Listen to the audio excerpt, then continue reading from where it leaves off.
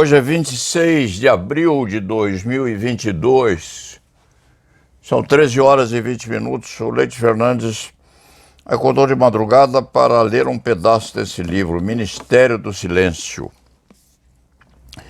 de Lucas Figueiredo. É um jornalista investigativo que passou anos recolhendo documentos e classificando a possibilidade de escrever um livro sobre o serviço secreto do Exército Brasileiro, que ainda existe, e sobre o que aconteceu naquele tempo.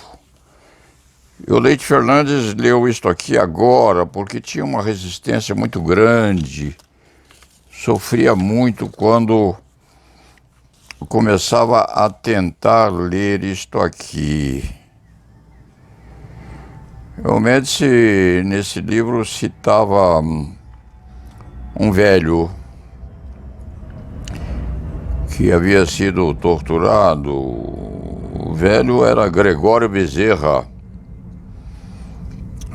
preso pelo Exército no dia do golpe em Recife.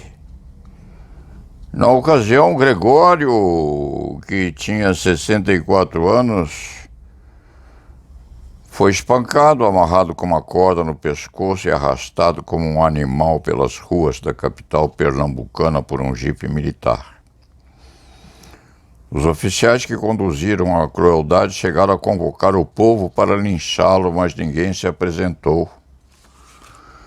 E assim vai. Depois, o livro conta o que aconteceu, é um pedacinho apenas.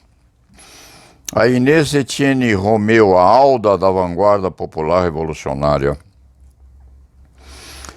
que estava entre os sequestradores do embaixador suíço Giovanni Enrico Bucher em dezembro de 70. Ela ia embora para casa, tinha apenas 28 anos. Entregue ao CIE, foi levada para um centro clandestino de tortura e extermínio na cidade de Petrópolis, Estado do Rio, a Casa da Morte. Ficou lá 96 dias. Prossegue o livro de madrugada, quando a temperatura em Petrópolis costuma ser inferior a 10 graus centígrados. Seus carcereiros gostavam de colocá-la nua no cimento molhado. Depois vinham os espancamentos. Inês era agarrada pelos cabelos e arrastada pelo chão da casa. Levou tantas bofetadas nos 3 meses que passou na Casa da Morte que seu rosto ficou desfigurado. Choques elétricos eram outra tortura constante na cabeça, nos pés, nas mãos e nos seios. Apanhava de palmatória, levava telefone nos ouvidos e era obrigado a tomar banho gelado de madrugada. Entre seus carcereiros, prossegue o autor, Inês temia especialmente 2, Márcio e Camarão.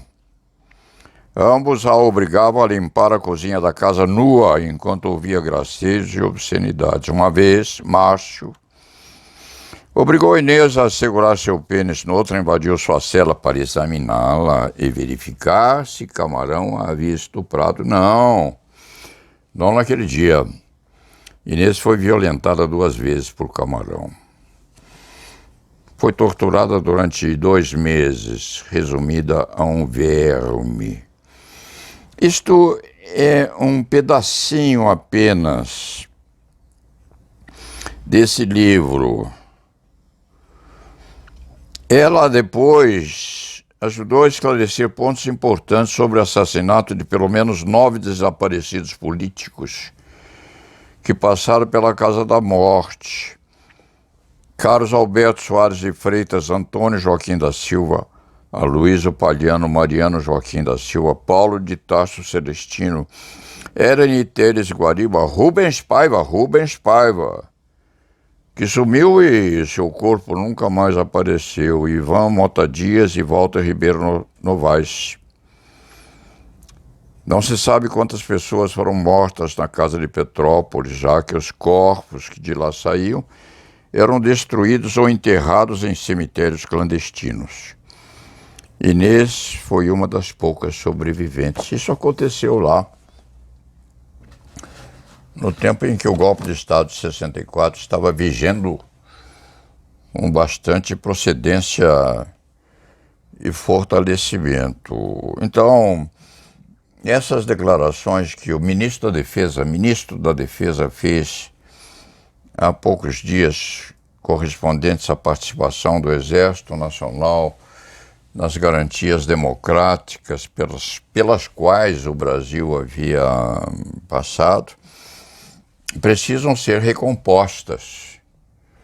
O Paulo Sérgio admitiria que o ministro da Defesa dissesse uma parte da nossa corporação se comportou mal, mas a outra porção continuou e continua ainda no pleno exercício das garantias constitucionais, ao equilíbrio que precisa ser observado no Brasil na manutenção dos preceitos democráticos. Se o ministro disser isto, o Leite Fernandes, com seus 86 anos, há de aplaudi-lo. Uma parte do Exército Nacional, aquela mesma que prestava serviços e que comungava com o serviço secreto e com patrocinadores também com características civis, esta parte se comportou muito mal, a parte ruim. Mas nós temos uma parte boa, preservada agora, enquanto inclusive eu sou o ministro da Defesa. Isto vale para o ministro da Defesa e para o presidente do Clube Militar, cujo nome Paulo Sérgio nem quer saber, nem precisa saber, que ofendeu seriamente a Suprema Corte Nacional. Então, não se diga que o Leite Fernandes é um ideólogo. Não, é um burguesão velho, já aposentado das lides, inclusive na Ordem dos Advogados do Brasil. O Leite Fernandes vive do passado. Nós só temos passado. E lá nos idos de 1900 e nada, o Paulo Sérgio se preocupava muito com seus meninos quando era professor universitário. Os garotos ideólogos, sim, que aprontaram muita coisa e foram perseguidos e presos pelo Serviço Secreto do Exército, pelos doicotes da vida. Leite Fernandes tirou alguns da cadeia e ainda vê um e outro remanescentes daquele tempo, hoje com os cabelos branqueados pela idade já, porque quanto tempo faz? Mas o Leite Fernandes se preocupava muito com seus meninos, eram seus alunos, e pediam auxílio. As mães dos moleques pediam a proteção. Então o Leite Fernandes não tem ideologia formada, não. Apenas acha, entende, e com razão, que o ministro da Defesa, não que haja mentido. Mentira é um termo muito grosseiro. O Leite Fernandes escreveu um livro, Fabulações de um Velho Criminalista. Fabulações de um Velho Criminalista. E se recorda de Ariano Suassuna, um filósofo desaparecido há pouco tempo. Ariano Suassuna, risonho, dizia: eu minto um pouquinho. Leite Fernandes vai ser elegante, vai ser educado, há de afirmar: o ministro da Defesa fabulou um pouquinho. Se quando ele vier novamente disser: olhe, uma parte das Forças Armadas naquele tempo praticou atrocidades, sim. E o que este livro, O Ministério do Silêncio, traz é verdade, é veracidade. Comportou-se mal um pedaço do Exército Nacional. Se o ministro da Defesa disser isto aí, Paulo Sérgio há de aplaudi-lo, sim. E se o general de Exército, o presidente do clube militar ou coisa que o represente, assentar que uma parte das Forças Armadas, comungando com os DOI-CODE, com o serviço secreto, se comportou mal durante o golpe de 64, inclusive participou de torturas, espancamentos e mortes. Se ele disser isso, o Leite Fernandes há de aplaudi-lo também. Então, vamos e venhamos. Uma coisa, um pedaço da história é fabular, o outro pedaço é mentir. O Leite Fernandes leu isto aqui, Ministério do Silêncio, de Lucas Figueiredo, que passou anos examinando a história do Serviço Secreto Brasileiro, de Washington Luiz a Lula, 1927-2005. Aqui há, inclusive, aspectos correspondentes àqueles jovens do passado, Chico Buarque, que era um comunista fichado ao tempo, Fernando Gabeira, que hoje é um antigo ex-revolucionário, adequado e muito adequado à velhice, porque Gabeira tem já os seus anos de vida. Há comentários nesse livro sobre isso, de Lucas Figueiredo. O Leite Fernandes tinha isto aqui já fazia uns tempos, mas obliturado, porque a história do Serviço Secreto Brasileiro, ao tempo, e não se sabe como aquilo vai agora, a história do Serviço Secreto Brasileiro é uma história muito triste, tem seus pedaços muito ruins, sendo preciso anotar e notar que o Serviço Secreto é como um animal fidelíssimo, mas Serviço Secreto fica na casa. Qualquer presidente que lá chegue, e Lula foi presidente enquanto o Serviço Secreto Brasileiro existia e continua existindo.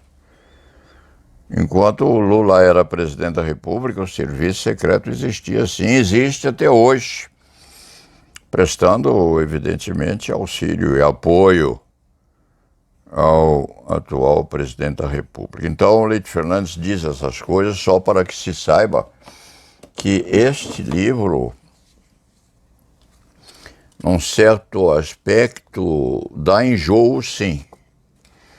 O Leite Fernandes teve ânsia ao ler umas passagens dele. E ou Lucas Figueiredo mentiu, ou disse a verdade. Quem precisar desmenti-lo, há de precisar prová-lo. Ele afirma isso, o Lucas Figueiredo, com documentação profusa. Ministério do Silêncio. Um livro forte, muito violento na transparência que dá. O Leite Fernandes há de dizer também, para encerrar isto aqui, que não é um ideólogo, não tem fixação política em momento algum. Não.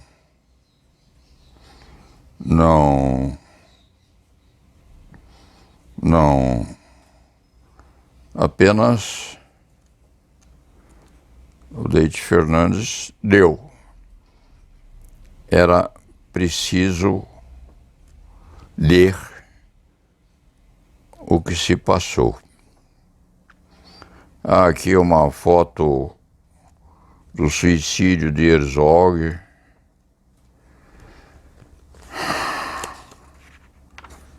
Então, Leite Fernandes deu isso tudo, que é muito minucioso. Se o ministro da Defesa quiser contestar a veracidade disto, que eu faça. É uma obra escrita por Lucas Figueiredo, profusa, gorda, robusta, que relata o que aconteceu no Brasil naquele tempo. É mentira? Se Lucas Figueiredo estiver mentindo, o ministro da Defesa está a dizer a verdade. Se Lucas Figueiredo estiver dizendo ou escrevendo a verdade, o ministro da Defesa deve desculpas a nós todos e presta um serviço à nação, conhecendo e reconhecendo que uma parte do Exército Nacional, ao tempo, se comportou muito mal. Inclusive naquilo que diz respeito às aulas ministradas na Escola Superior de Guerra, naquele tempo, naquela época, mas isso faz parte de outro pedaço da história do Brasil. O Leite Fernandes nem pretendia ler isto hoje, nem pretendia refletir sobre esse livro, Ministério do Silêncio, mas veio tocar o seu pianinho.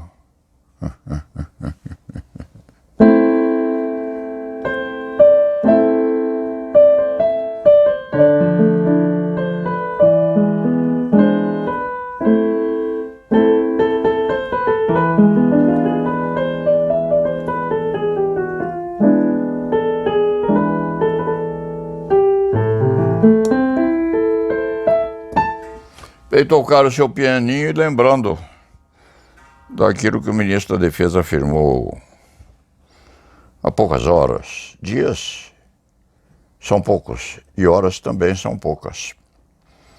É a lembrança do que disse o presidente lá do Clube Militar. Vamos deixar esse livro para quem quiser lê-lo. Ministério do Silêncio. Ou ele diz a verdade ou ele mente. Se ele disser a verdade, o ministro da Defesa mentiu um pouquinho, como diz Ariano Suassuna. É uma forma elegante de afirmar que ele falseou informações que poderiam vir em benefício da nação e do povo brasileiro. E lá nave vá.